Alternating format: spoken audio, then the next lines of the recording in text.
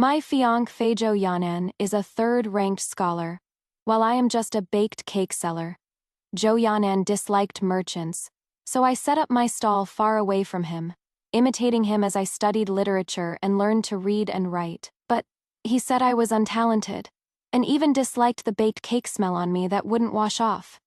Later, he was favored by the princess, and I remarried a lame beggar. On our wedding day, Zhou Yanan blocked the way between me and my groom. "Are you sure? Do you really want to marry this cripple?" I nodded. My husband and I are like a broken pot paired with a broken lid, or a lame donkey carrying a tattered sack. All the guests laughed at my lack of education. Only my lame husband didn't laugh. I originally thought he hadn't studied and wouldn't understand, but he unexpectedly took my hand, looking at Zhou Yanan without humility or arrogance. "My wife means that I will stay by her side like ants, and share the same grave and fate." The day of Zhou Yan and Princess Yangshuo's wedding was the liveliest day in Linan City. The emperor ordered all citizens to take 3 days off, celebrating the princess and consort's perfect union and eternal blessing. On the magnificent phoenix carriage, Zhou Yanan and Princess Yangshuo sat side by side, enthusiastically waving to the common people. I stood in the crowd, utterly mesmerized. I didn't even notice a beggar passing by my stall and taking 2 warm baked cakes. The wedding procession moved away, but my gaze lingered for a long time. Auntie Liu, the tofu seller, advised me, "Lady Feng Chun, don't be heartbroken. Master Zhou was never an ordinary man. When you first took him in, I warned you he was a phoenix that had strayed into a chicken coop. Sooner or later, he was going to fly away. Only a fool like you would wake up early and work till dark selling steamed cakes to support his studies. And look, now he has flown up to a high branch to become a phoenix, without even a glance back." I'm not sad that Zhou Yanan has become a phoenix. I knew he was destined for greater things and would leave sooner or later. I'm happy for him that he has reached a high perch. It is just that this day came too soon. I haven't even finished memorizing the 1,000-character classic that year. When the results of the provincial examination were announced, Zhou Yanan became a jurin. I spent all my money to buy Zhou Yanan his favorite yellow wine beef. That day, Zhou Yanan was in high spirits from drinking, and finally agreed to teach me to read and write. He just said nonchalantly, "I can teach you to read, but it must not get in the way of my studies." It won't. Master Zhou, you only need to teach me a few characters. Just enough so I'm not completely illiterate. Learning to read was very difficult, and I struggled. It wasn't until the following spring that I finally learned some basic characters. I excitedly wrote a sign, "Chunlei Steamed Cake Shop." Auntie Liu praised me to Zhou Yanan. "Master Zhou, Lady Feng Chun is so devoted to you. A girl who has never studied a day in her life has actually learned to write." Zhou Yanan ignored Aunt Liu's laughter, glanced up, and saw that I had written Bingfu instead of Bingpu. He scoffed, "A block of rotten wood. Utterly useless." In Zhou Yanan's eyes, I was a block of rotten wood, only knowing how to clamor around him all day long. Zhou Lang, when will you take me to see your parents to discuss our marriage, huh?" Zhou Yanan, annoyed by my questions, buried his face in a pile of books and coldly brushed me off. "When you can recite the 1,000-character classic, then we'll talk." Okay, I readily agreed. I can even recite the 3-character classic. So how hard could the 1,000-character classic be for me? As it turned out, it was hard. This block of rotten wood, still couldn't recite the 1,000-character classic, even when Zhou Yanan became a top scholar, and was chosen by Princess Yangshuo to be her consort. Thinking of this, I turned to Aunt Liu and asked, "Ani, do you know any teachers?" "No need for a great scholar. Just someone who can teach the 1,000-character classic will do." Aunt Liu laughed at me. "Oh dear, Miss Feng Chun, please don't get carried away. What is the point of us common folk reading so many books? Just settle down. Sell a few more steamed buns. You're young. Without parents, saving up a dowry for yourself is the important thing." But I just wanted to recite the 1,000-character classic. It wasn't to prove myself to anyone, nor was it to appear cultured. It was because How could I abandon something I had already promised halfway through? He can give up, but I am not willing. The beggar who just swiped my steamed bun limped back to the stall, all dusty and grimy, and asked, "Lady, are you perhaps looking to learn the 1,000-character classic?" I nodded. That is right. What about it? The beggar glanced at the fragrant, sizzling stove and swallowed hard. Before my family fell from grace, I used to be a scholar. I am willing to teach you the 1,000-character classic. For tuition, 3 meals a day and 2 steamed buns. How about it? I smiled. You don't want my money, just my steamed cakes. That is good, of course. I don't have money, but I've got more than enough steamed cakes. 3 meals a day, 2 steamed buns.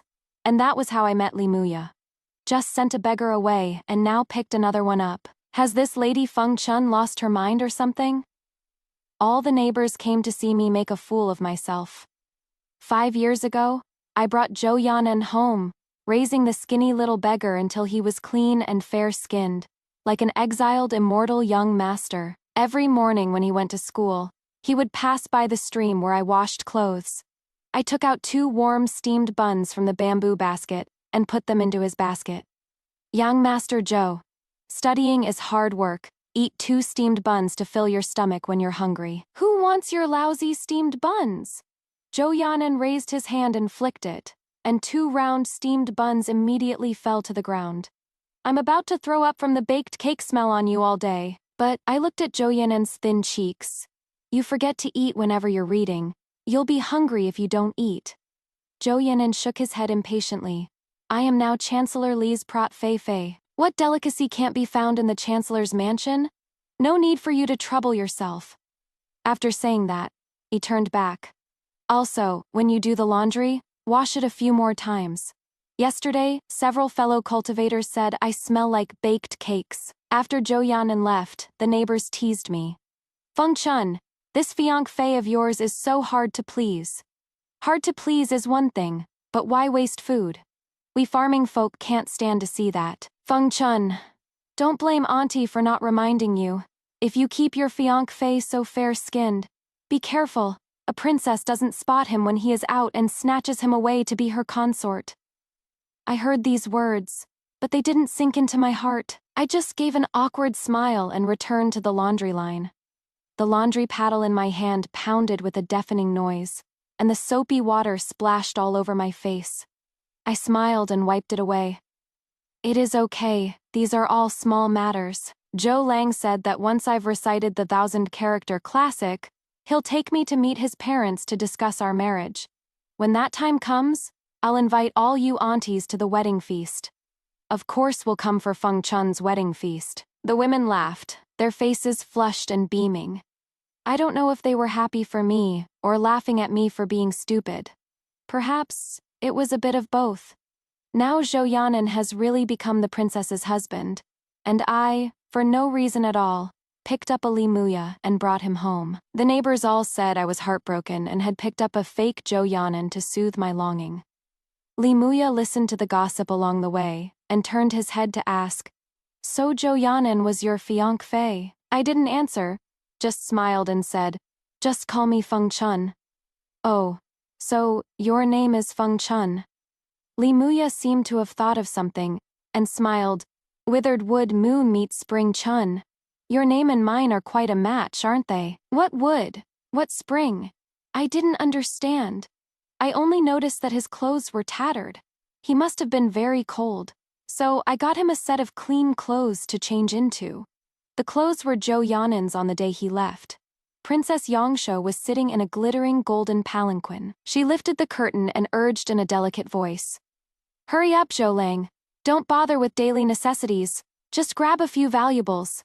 The palace has everything." Unfortunately, there wasn't a single valuable thing in the house.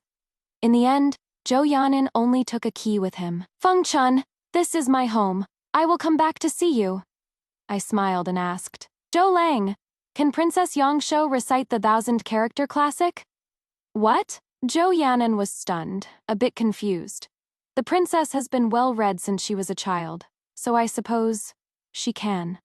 "Oh," I nod with a smile. The princess is so clever, she is so beautiful.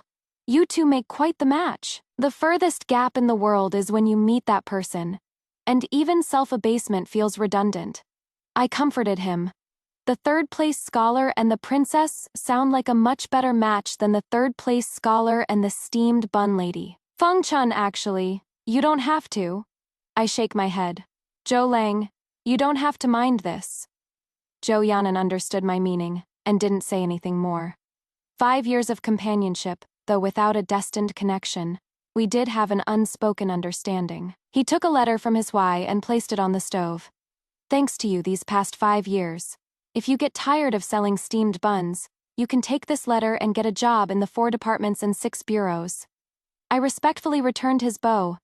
Thank you, imperial son-in-law. Zhou Yanan boarded the princess's palanquin and never returned. Li Muya wore Zhou Yanan's clothes, and they fit him quite well.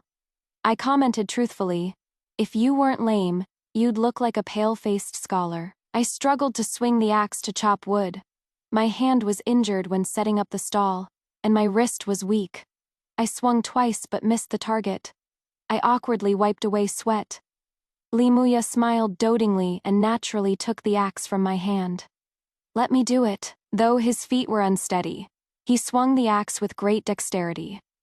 As he chopped wood, he told me that someone in his family had committed a crime. The entire clan was implicated. Their home was raided. They lost their good citizen status. And from then on, they could no longer pursue official careers. Thanks to Miss Feng Chun, I, Li Muya, can't be a pale-faced scholar, but I can certainly be a pale-faced teacher. I laughed merrily. I remembered Grandma Aq, who adopted me and raised me, and taught me how to make steamed buns back then. Feng Chun, one lives but once. Treat every good person around you with kindness, and you will be blessed. I've lived for 19 years. And I still haven't seen where Grandma Aq's promised blessings are. It is just that I've gotten used to finding the good in strangers. Take Li Muya, for example. Suffering hardship, yet optimistic and broad-minded, never holding grudges. This is one good quality. Content and not greedy. Teaching people to read and write, not charging much for tuition. This is a second good quality. Born into a prominent family, but always aware of what needs doing. Without a trace of a young master's heirs. So I asked Li Muya, does Mr. have a place to stay? Yes, the Southgate Bridge archway. I paused. Can people really live there? You don't need to call me Mr., just call me Li Muya. Li Muya. So I called him. I have a spare room at home. It is not for free though. If you want to stay, you'll have to help me with chores. Li Muya picked up a stack of firewood and asked, what kind of chores? Please tell me in detail, madam. Every day I have to get up early and work late selling steamed buns. You, on the other hand, can help me feed the chickens at home. When I'm cooking, you'll need to help me chop the firewood. Oh, and also, after I leave, you're responsible for washing the clothes and cleaning the yard. Okay? Li Muya smiled like a warm sun. His brows relaxing and eyes brightening in an instant. He neatly stacked the firewood by the stove, pulled a steaming quibing from the oven, and took a satisfying bite. Madame Feng Chun is thoughtful. Li Muya thinks it is great. Life went on just like that. Not amidst the gossip of others, but amidst the stacks and stacks of firewood in Li Muya's hands, and the quibing one by one in mine. 1 house, 2 people, 3 meals, 4 seasons. Winter comes, summer goes, autumn harvest, winter storage. Li Muya was quick with his work. Besides doing household chores, he also set up a stall next to me.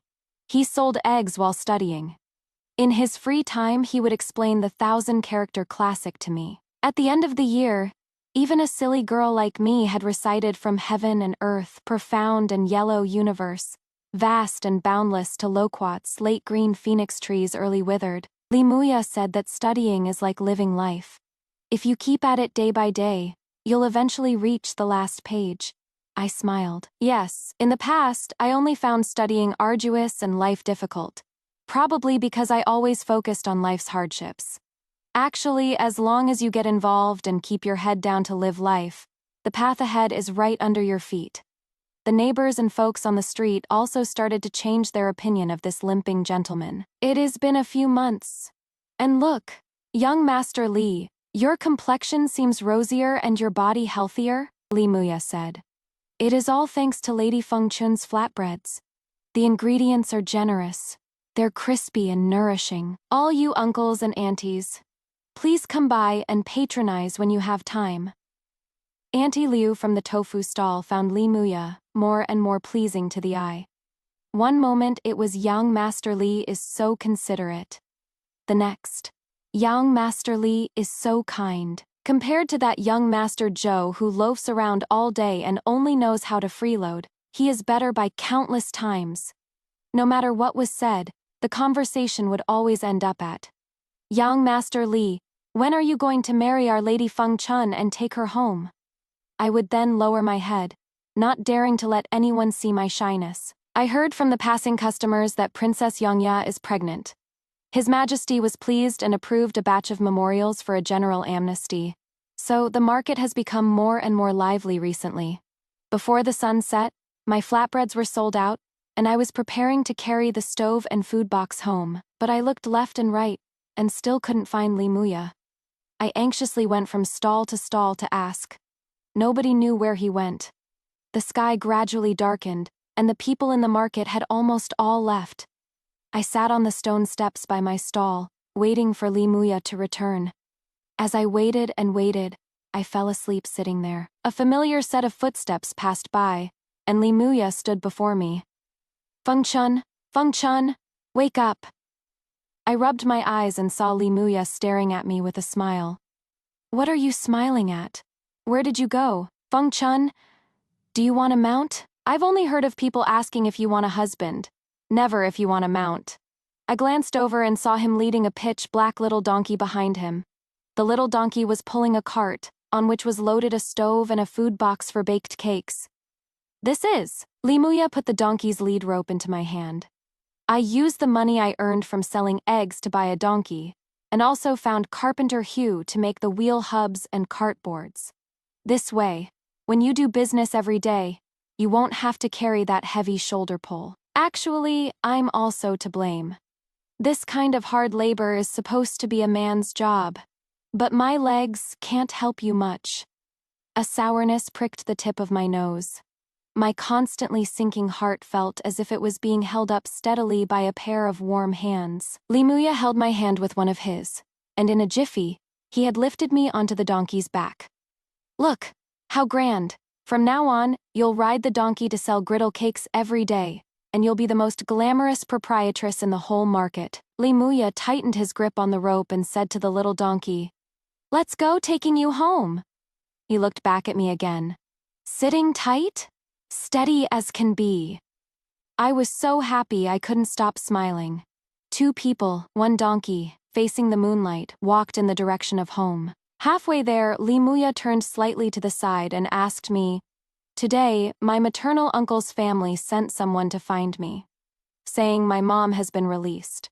I'll take you to see her another day. How about it?" Li Muya's maternal uncle's surname is Wang. He was originally the libationer for the heir apparent at the Imperial Academy, and was implicated and imprisoned because of the Lai family's case. Some time ago, the emperor granted a general amnesty, and Lord Wang was able to be restored to his original post. Now, the Wang family line's name is considered cleared, and Li Muya's mother, Lady Wang, has also been acquitted and released, temporarily staying at her younger brother Lord Wang's home. Lady Wang cautiously stroked the back of my hand, looking me over again and again, her eyes brimming with tears. "Thank you so much, young lady, for taking care of Muya. You are our Lai family's benefactor, and I thank you on behalf of our whole family. That boy, he came to see me yesterday, and told me he has a sweetheart, the best girl in the whole world. The moment he said that, I knew it had to be you, lady." I shyly lowered my head. "I'm not as good as he says. Young lady, there is no need to sell yourself short. We are both women. Today I'll only ask you one thing. This son of mine, are you still fond of him?" I was surprised. They all say that mothers in this world treasure their sons the most. How could she think that I might not be fond of Li Muya? Lady Wang wiped away her tears with a handkerchief. "This son of mine, He was originally an upright and outstanding young man. Unfortunately, disaster struck our family. And because he resisted when they came to raid our home, those heartless thugs injured his leg, leaving him with a permanent ailment. Good girl, if you have the slightest hesitation, I will absolutely not force you. Marriage is a major life event. A girl must choose a husband who is to her heart's content. I placed my palm on the back of Madame Wang's hand. Madam, I am a girl from a poor family. I relied on my own 2 hands to build this small home. You might laugh, but I've never studied. I've been making a living on my own since I was little, so I know how hard it is to get by. If I insisted on everything being perfectly to my liking, life would be too difficult. Li Muya and I are not perfect people. We both have our flaws, but he is a man who knows how to be considerate, and I am a sharp and capable woman. As long as our hearts are together, our life will definitely not be bad. Madame Wang looked at me and laughed cheerfully. Then it is settled. I nodded and started to laugh along. Even the tall figure eavesdropping outside the door let out a secret laugh. I prayed in my heart, Grandma Akio, today is Feng Chun's happiest day. You in heaven must be happy for me too, right? The wedding date was set for May. I joyfully gave wedding invitations to the neighbors and the stall owners at the market.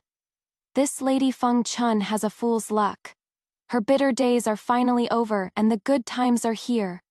That gentleman Li is quite handsome, but it is a pity he is a cripple. If he weren't a cripple, with gentleman Li's looks, why would he even give Feng Chun a second glance?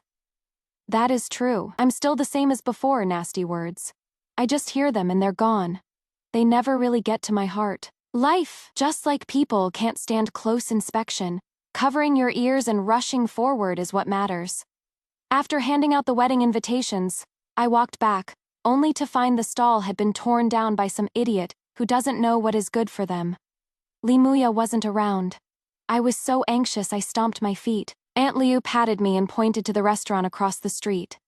Zhou Yan'an stood by the railing of the restaurant, his hands clasped behind his back, his eyes fixed on me with a deep gaze. Feng Chun, have you really lost your mind? As soon as I sat down, he started scolding me. He is the son of the convicted minister, Li Shangguo. What happened to the Lai Prime Minister's mansion? The dead are dead, the lost are lost.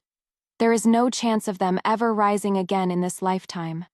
Li Muya was the one who saved Princess Yongshou back then, which is how he managed to escape death. Now he is a cripple, has no good family status, can't take the imperial exams. Any random lad on the street is better than him. This person will drag you down your whole life. Get your head straight. I looked at Zhou Yan'an calmly.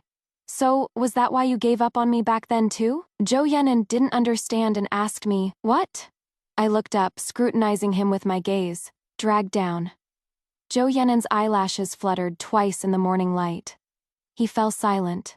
But I couldn't forget the night Zhou Yan'an celebrated becoming the Tanhua. He took all the family's money, spent a fortune to book out an entire tavern, and invited his fellow students and friends to drink until they dropped. The only one he didn't invite was me. This is the Lu Ming banquet, an affair for us scholars. What are you butting in for?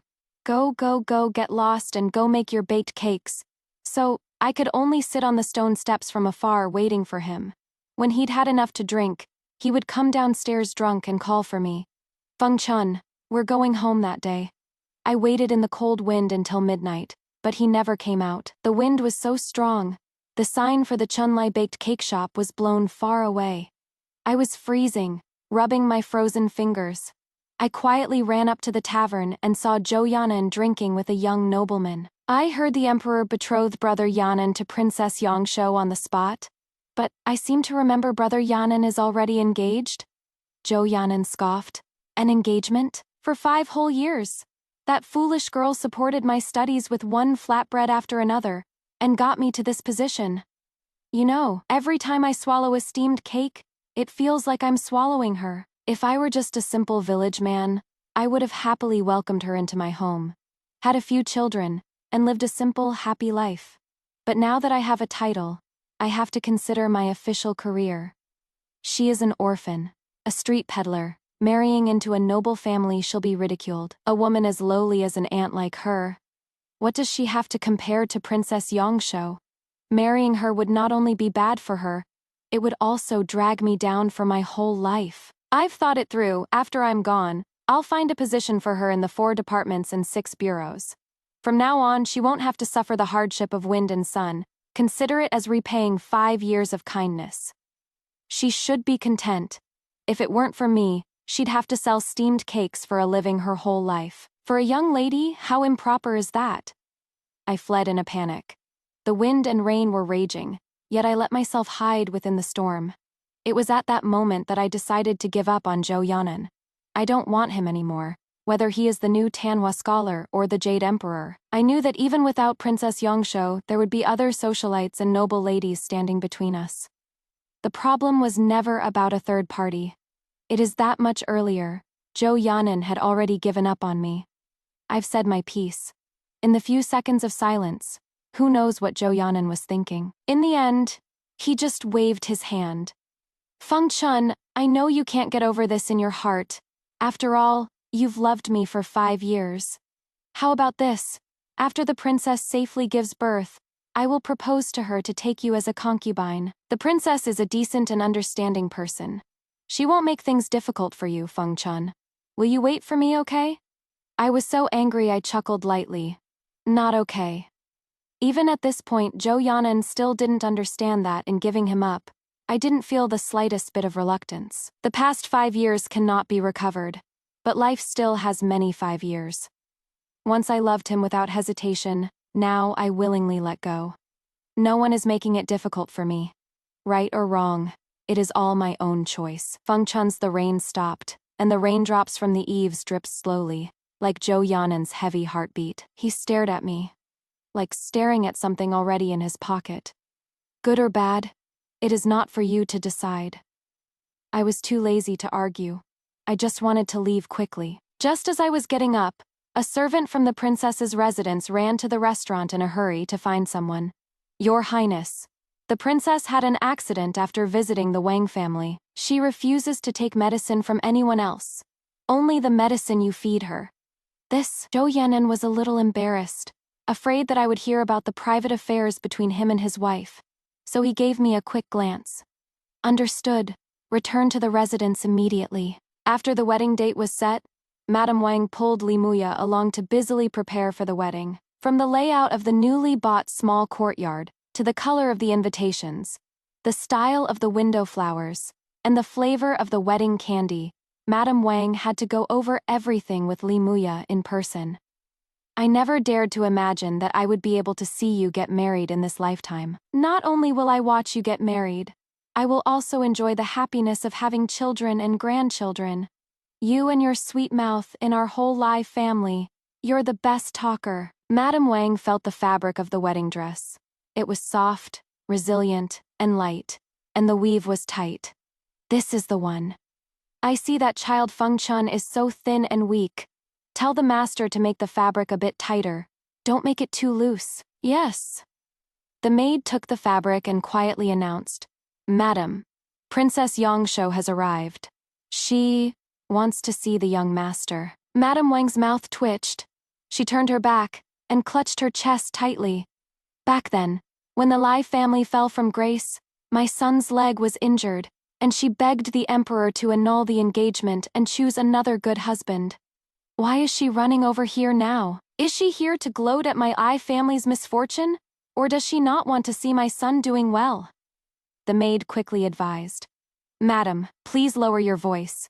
The princess's personal palace maid is waiting just outside the door.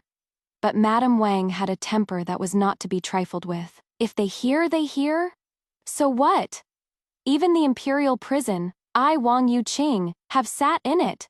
If she has the guts, let her send me back in. Madame Wang, why would you say such a thing? Princess Yongsho didn't wait to be announced and walked straight into the courtyard. Li Muya Gege and I grew up together, and now that Gege is getting married, how can I, as his younger sister, not come to congratulate him? The palace maids stood in a row behind her, presenting generous wedding gifts. The princess's eyes lingered only on Li Muya. Muya Gege, don't you agree? Li Muya's expression was bland. He bowed his head to comfort Madame Wang. Mother, please go sit with Auntie for a bit. I can handle this. After Madame Wang left, the princess ordered the palace maids to also step out and closed the door. Just like when she was a child, she unconsciously grabbed Li Muya's arm, tilting her small, snow-white face up slightly, like a phoenix pleading for affection. Muya Gege, I've finally found you. A beauty in tears is moving, even to the unfeeling. Li Muya flung the princess's hand away, pulling back his sleeve. Please, princess, have some self-respect. Brother Muya, don't you miss me? This commoner is already betrothed. Please, princess, don't call me that anymore. My wife would be unhappy to hear it. Marrying her is the greatest fortune of my life, and I don't want her to be unhappy in any way. The princess let go in a huff. I don't believe it. You've only known her for a short year, and you cared this much about her feelings. Are you going to ignore the bond we have from growing up together? From childhood to adulthood, if she wanted wind, she got wind. If she wanted rain, she got rain. No one dared to refuse her. Her birth mother is noble consort Zhao, from a great house, with endless imperial favor, and the Zhao family holds half the power in the imperial court. For a precious pearl like her, adored by all like the moon surrounded by stars, no one could take away whatever she wanted. When she was 8, seeing that Li Muya was born with sword-like brows and star-like eyes, she begged her father emperor for an imperial marriage decree and got the husband she wanted. Later, the Lai family declined. Li Muya's leg was injured, making him a cripple, and she couldn't help but feel disgusted. How could these noble phoenix feathers of hers tolerate even the slightest flaw? For her to accept a cripple as her prince consort, she would rather ruin this marriage. Li Muya knelt before her palace for a whole night, just begging to see her once, to present the evidence that could prove the Lai family's innocence. She was unwilling, ordered a palace maid to deliver a letter breaking off the engagement, and also sent people to drive Li Muya out of the palace gates. At the grand imperial ceremony, she fell in love at first sight with the new Tanhua, just because his dashing and high-spirited look was so much like the Li Muya of the past. She is a noble phoenix. Naturally, she must be matched with the best young man in the world. However, even after getting married, every time she woke from a dream in the dead of night, she still couldn't forget that dashing Li Muya. She always woke up with a start in the middle of the night, dreaming that when she was 8, she fell off a horse's back, on the verge of plunging into a deep abyss. It was 13-year-old Li Muya, riding a white horse, galloping towards her, who with one hand pulled her onto the horse's back, and held her in his arms, his movements as smooth as flowing clouds in water. He said firmly in her ear, "Your subject will protect you forever." When she woke up, there were tear stains at the corners of her eyes, and then with mournful regret, she threw herself into the arms of the person beside her pillow. She hugged Zhou Yanin tightly, trying to find a sliver of comfort, but what she softly murmured was, "Brother Muya." Later, she frantically inquired about Li Muya's whereabouts, only to receive the news of his marriage to someone else. She found it hard to accept and came to the prince's manor with her last shred of hope. That proud phoenix suddenly folded its beautiful wings and pleaded sorrowfully with Li Muya. "Brother Muya, don't marry her, okay? Once I've healed your legs, I'll drive Zhou Yanan away, and the two of us will live a good life together. Oh right, where is the evidence you wanted me to present to Father Emperor? Give it to me. I'll go beg Father Emperor to release Lord Lai." Li Muya glanced out the window. It was getting late. He estimated Feng Chun's closing time. It should not be too late to hurry back now. "Are you done talking?" Li Muya asked her. "Well, what? If you're done talking, I should be going. My wife is about to close her stall, and she'll be worried if she can't find me." "Your good intentions. Li Muya appreciates them. Whether my leg is good or not, my wife doesn't mind. As for my dad's matter, our own family will figure something out. The princess is with child. Please go back and rest." "Well, I won't see you out, Brother Muya." Princess Yangshuo reached out her hand, trying to grab his sleeve, waiting for him to turn back and look at her one more time. But her hand reached out and just stopped in midair, catching nothing. Her mind went dizzy, and the feeling of being rejected made her legs go weak, causing her to fall to the ground with a thud. Alice maid pushed the door open and entered, screaming, "Princess, this is bad blood!" Li Muya came to pick me up from closing my stall as usual. "Feng Chun, let me take you to see our wedding house." The little donkey carried me, jingling and clattering, all the way to Shushui Lane. "Get down." I walked into a small, square courtyard, sitting north and facing south, completely spotless. All the doors and windows in sight were pasted with the double happiness character. Li Muya said, "My mom and I cut them together. The good-looking ones were cut by my mom, and the not-so-good-looking ones were cut by me." "Grandma Akio, it turns out that when a person is happy, it really feels unreal." I smiled and looked at him, silly. My heart softened in an instant, and I opened my arms to him again. Hug. Muya is tall, so he always has to bend down when he hugs me, while I have to stand on my tiptoes. Two people for whom even hugging was an effort, yet they didn't find it troublesome at all. Once they started hugging, they wouldn't let go. Sometimes, I really find it strange. Zhou Yan and I were together for 5 years, yet we were still like two familiar strangers. I've only known Li Muya for a year, yet he always makes me feel secure. Grandma Akyu once said, "This is a true destined match. Since we are a destined match and husband and wife, we should be honest with each other."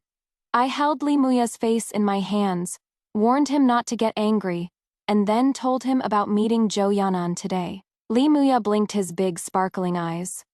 "I have something to tell you too." After he finished talking about him and Princess Yongshou, Li Muya asked me, "Feng Chun, are you angry?" I thought for a moment and shook my head. "If you had hidden it from me, I would be angry. But since you told me yourself, I'm not angry with you." Then I asked him again, "What about you? Are you angry that I saw Zhou Yanan?" Li Muya wrinkled his nose. "A little." I lowered my head in shame. "But," Li Muya leaned in and kissed me. "But, the way you took the initiative to hug me today was a bit cute. So, I won't hold it against you." This was the first time he kissed me, and my ears instantly turned bright red. "Oh dear, this is not good, not good. We're not married yet. This won't do," Li Muya muttered to himself, covering his pants as he shyly ran out. On the wedding day, the small courtyard was especially lively. Auntie Liu held my hand, wiped away a tear, and stuffed a red envelope into my arms. "Our Feng Chun has finally seen the end of her hardship and found a good husband who loves her." "Auntie Liu," my voice was soft, like candy that melts the moment it enters your mouth. "Don't cry, don't cry." Madame Wang quickly took out a handkerchief to wipe the tears from the corner of my eye. "You got up at 4 to get this makeup done. Hurry and hold back those tears." Li Muya welcomed her at the door. "Auntie Liu, please hurry inside for the wedding feast." During the ceremonial bow between husband and wife, before I even had a chance to bow, the clattering sound of horse hooves suddenly rang out from outside the small courtyard. Zhou Yanan, leading a dozen or so secret guards, stormed in menacingly. Seeing me in my wedding dress, Zhou Yanan looked as if he had lost his soul, and in a flustered rage, he yanked me to his side. "Feng Chun, without my permission, you are not allowed to marry him." Madame Wang slammed the table and stood up. "Where did this scoundrel come from? Drag him away! I am a minister of the current court. Who dares to stop me?" The guests below the stage were all common merchants and vendors. They were usually so scared of officials and gentry that they would take a detour to avoid them. Upon hearing the title of minister, every single one of them turned pale with fright. Below the stage, Auntie Liu's grandson was so scared he started crying, fussing, and making a scene about wanting to go home. I quickly reassured the guests. "Uncles and aunties, don't be afraid. It is Lord Zhou. He used to sell steamed buns in our market too." Zhou Yanan didn't want his past brought up and flicked his sleeve in embarrassment. "Lord Zhou, didn't he abandon Lady Feng Chun to become an imperial son-in-law? Is he here now to crash the wedding?" I could tell back at the market. This Lord Zhou was always bossing Lady Feng Chun around. Never had a pleasant look on his face all day. He is truly no good. Finally learn to flick your snot away after it is gone in your mouth. It is too late. Zhou Yanyan ignored the gossiping of the onlookers and blocked the way between me and Li Muya. Feng Chun, have you thought this through? Are you really going to marry this crippled beggar? I nodded calmly. My husband and I were a broken pot with a broken lid, a lame donkey carrying a torn sack. My coarse words provoked laughter, and the guests below were again laughing at how foolish I was. But my crippled husband didn't laugh. He took my hand and looked at Zhou Yanyan with quiet dignity. Lord Zhou, what my wife means is, we will cling to each other like ants, and share one fate, one grave. I quickly followed up on Li Muya's words, nodding desperately. I'm not good with words and I've never been to school. But in short, what my husband says is what I mean, husband. That Zhou Yanyan, who once regarded me as an ant, let out a soft laugh with tears welling up in his eyes. Then what about me? You said you wanted me to marry you. You once eagerly looked forward to marrying me. Feng Chun? He is your husband, so who am I? Li Muyai couldn't stand it anymore and shielded me behind him. Feng Chun is my wife. I ask that you, the prince consort, respect yourself. You are also a man with a family. Aren't you afraid of hurting the princess's heart by saying such things? With reddened eyes, glared angrily at Li Muya. Control me! Are you worthy? He shouted for the secret guards. Men, come and break his legs for me! Dozens of iron rods struck Li Muya's legs as if they had no eyes. No, no. The memory of the day her home was raided was triggered in Lady Wang. Her heart seized, and she fainted to the ground. Startled by the sound, I instinctively lunged forward to tightly shield Li Muya. A heavy iron rod struck my back, and fresh blood sprayed several feet from my mouth. Li Muya and Zhou Yanyan caught me at almost the same time. Feng Chun. Yanan's hand slowly reached over, wanting to wipe the blood from the corner of my mouth. I turned my head and dodged it. Don't touch me, I don't want you. Then I reached out my hand and placed it on Li Muya's bloody and mangled calf.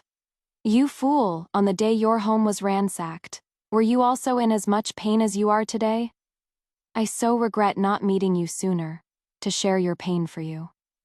I didn't continue speaking, but Li Muya understood everything. He wiped away my tears, struggled to move that mangled and bloody leg to put me at ease. Look, the leg can still move. I've practiced martial arts since I was a child. I'm tough and thick-skinned. I'll be fine after some rest, so please stop crying, wife. Zhou Yanyan looked down on us and said mockingly, Himph, his leg is most likely ruined. Feng Chun, do you really want to marry a cripple? Huh, a cripple. It is that word again. I raised my head and looked at the able-bodied Zhou Yanyan. An able-bodied person who treats me like air, is unwilling to understand my difficulties, disregards the outlet for my soul, and is even unwilling to share even a bit of life's responsibilities. Where exactly is he nobler than the cripple you speak of? Zhou Yanyan froze there. His arrogance made me find it ridiculous. A long time ago, Zhou Yanyan was the most noble and pure person in my heart. The word worthless had absolutely no connection to Zhou Yanyan. That year I was 13, Grandma Akyu had just passed away, and I started learning to run a stall and sell baked cakes by myself. There was a bailiff named Zhao Hu, a tyrant who extorted protection money at the market and beat an old vegetable farmer who wouldn't pay to death. Zhao Hu, with a couple of thugs, stabbed a sharp knife into my stall, drooling as he looked at me. Yo, new little lady. Business is pretty good, huh? Isn't it time to pay this month's protection fee? Protection fee? I looked at him timidly and trembling. I took out 50 wen coins from my money box and handed them over. He weighed the copper coins, finding it too little, and demanded I pay a full tael of silver by the end of the day. Or else I'd have to pay the debt with my own body. 1 tael of silver? I'd have to sell baked cakes for half a month to earn that. The money in the box was for buying a coffin for Grandma Akyu. Thinking of how Grandma Akyu's body was not yet cold and still had no place for burial, I clutched the money box for dear life, not daring to let go. Zhao Hu brandished the sharp knife, pressing it coldly against my throat. I was terrified, and among the vendors in the market, not a single one dared to make a sound. In the end, it was that down-and-out scholar, Zhou Yanan, who spent all day holding a tattered book and scrounging around the market, who saved me. He was sharp-eyed and quick-witted. He went and found an officer from the Xuanjing department to get me out of the jam. "Don't be afraid, my lady, Zhao Hu. This dog of an official who bullies people with his power should have been dealt with by the imperial court long ago." He weighed the tattered copy of Ziji Tongjian in his hand and sighed. "I, Zhou, must study hard for the imperial examination, so that one day I can become a good official who punishes evil and promotes good." I believed his word, took him in, and stayed with him from his days as a destitute scholar to when he became the new Tanhua. The Zhou Yanan of that year was like a pure high moon, illuminating this pitch-black, lightless gutter of mine. But Zhou Yanan probably never imagined that later, when he entered his official career, he would actually draw his blade against the weak, becoming the very person he once hated the most. Suddenly, a group of men in black, tight-fitting clothes appeared outside the door, with sharp eyes and agile movements. They looked like they meant trouble, but they brought a cart full of dowry and were perfectly courteous. Li Muya's eyes lit up for a moment, his brow furrowed, and he said in a low voice, "Xuanjing Sai." The man in the lead was named Chen Qian, and he was the Lord Director of the Xuanjing Sai. He ordered his men to bring the gifts in and respectfully performed a salute to Li Muya. "Great Chief, these are all a token of appreciation from the brothers of the Xuanjing Sea. You must accept them." I looked at Li Muya in confusion. He squeezed my hand and whispered, "They're old acquaintances. Lord Chen, I've accepted the gifts. You don't need to call me chief anymore. Since you've taken charge of the Xuanjing Sai, you are the brothers' chief." Upon hearing this, Chen Qian hurriedly knelt down. "I dare not. The Xuanjing Sea grew strong under your leadership. As long as you are here, you will always be our great chief." Chen Qian stood up and gave an order, and the men of the Xuanjing surrounded Zhou Yan and the secret guards. "Lord Minister, for an official to trespass on a private residence, according to the laws of our great Qi, he should be stripped of his title, dismissed from his post, and taken back to await sentencing. I am the prince consort of Princess Yongshou." "Who dares to arrest me?" Zhou Yan roared. "You bunch of insolent servants! Are you trying to oppose the princess?" The man chuckled lightly. "Prince consort?"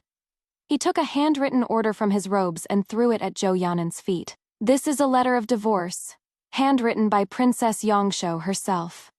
Lord Minister, you've been divorced by your wife. De-divorced by my wife."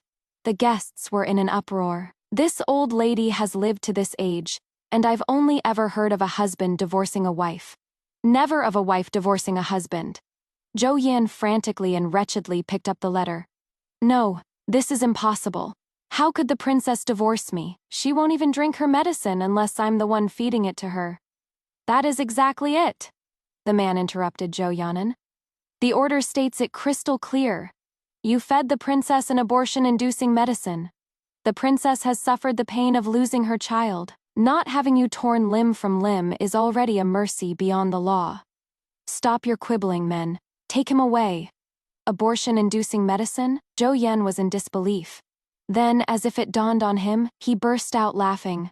"So, she schemed against me. The child is gone too. Retribution. This is truly retribution." Zhou Yan was taken away on the spot. Chen Qian bowed to Li Muya and me. "First and sister-in-law, I'm late to the rescue." I had Chen Qian stay, and then leave after the wedding banquet. At the wine table, Chen Qian told me that, actually, as early as 5 years ago, Li Muya had already saved me once. I was stunned for a moment. "Could it be, Zhao Hu? You're the one who caught him." The brothers were drinking heartily, their ears flushed, and Li Muya nodded at me. I couldn't help but exclaim, "You hid it from me for so long. Why didn't you tell me earlier? You're my benefactor." "That is all in the past. Besides, I wasn't serving in the Xuanjing Sai back then.